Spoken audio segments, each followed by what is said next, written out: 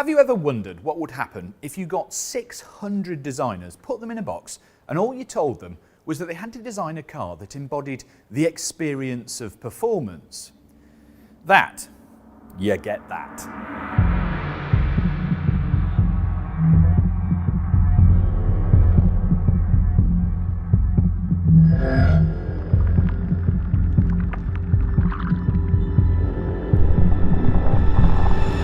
This is the Polestar Synergy, and it's as mad as it looks. Polestar, an all-electric car brand that's kind of a sportier younger brother to Volvo. And yes, quite a lot of the bits are related, as well as being close kin to Zeekr models in China under the auspices of the parent company Geely. But as a brand, it's kind of hit the ground running. People who would have previously only considered a BMW or a Mercedes suddenly have a Polestar 2 on their shopping list. And it's a really good car. I had one and completely ruined the range by putting a massive roof rack and lights on it. But it was a great EV.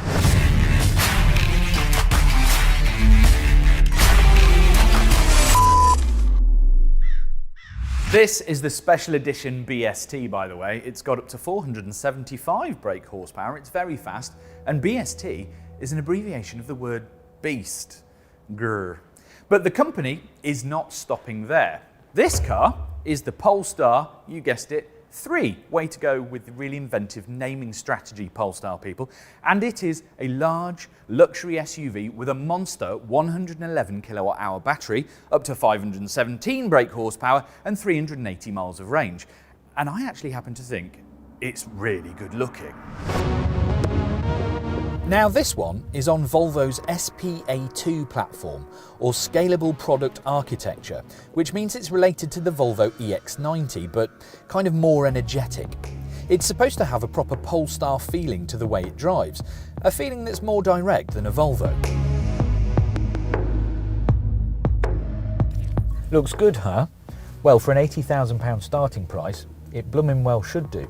And yet, there is more to come. There's the Polestar 4, which is a coupe SUV that doesn't have a rear window, instead it has a load of cameras. Then there's the Polestar 5, which is based on the Polestar Precept concept, which is a big saloon.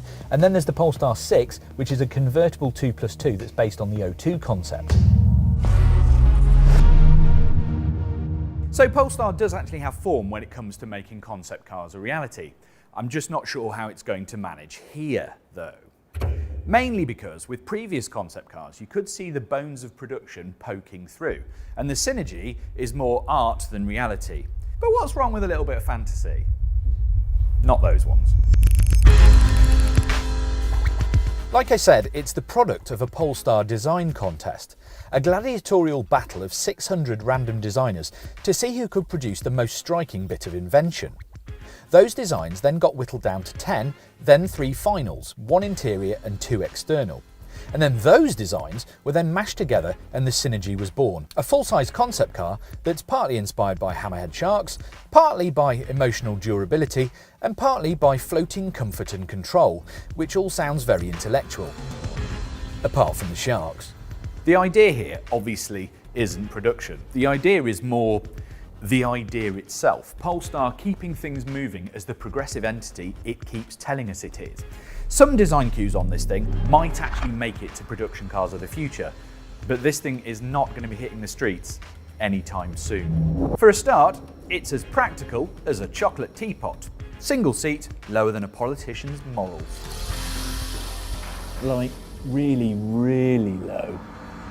The front has this absolutely mega snowplow of a front valance, and then there are some stickers here which are supposed to represent where the sensors for the advanced driver assistance system should be, presumably to sense my ankles.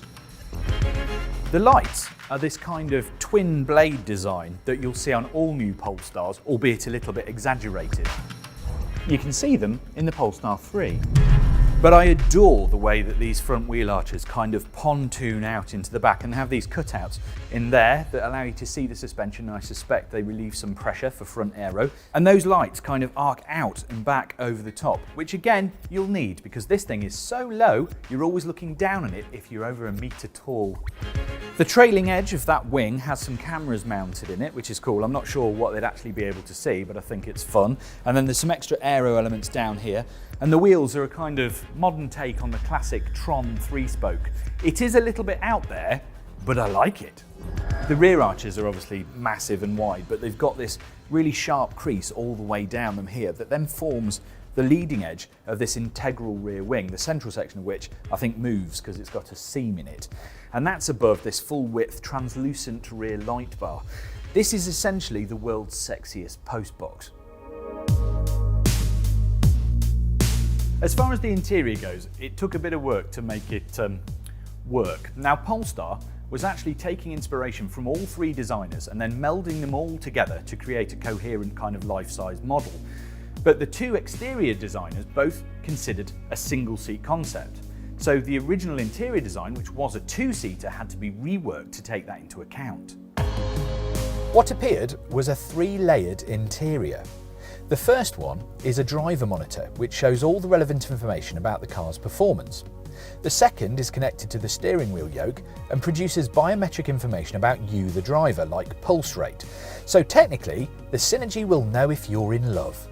And lastly, there's an augmented reality visor integrated into a bespoke helmet thing that gives you track and road data. I told you it was a bit science fiction. The names on the side, by the way, are the three winning designers, so that's nice.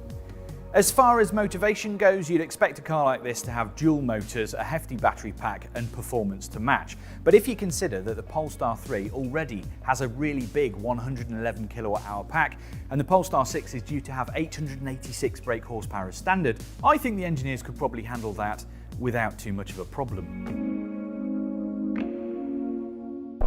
I do think the Synergy actually is really cool. Okay, so it's not for production, but Polestar's design boss, Maximilian Mizzoni, said, "We're not going to do this, but we would really like to do this," and didn't rule out the possibility of a supercar by Polestar inspired by the Synergy sometime in the future. For now, though, this is just a dream.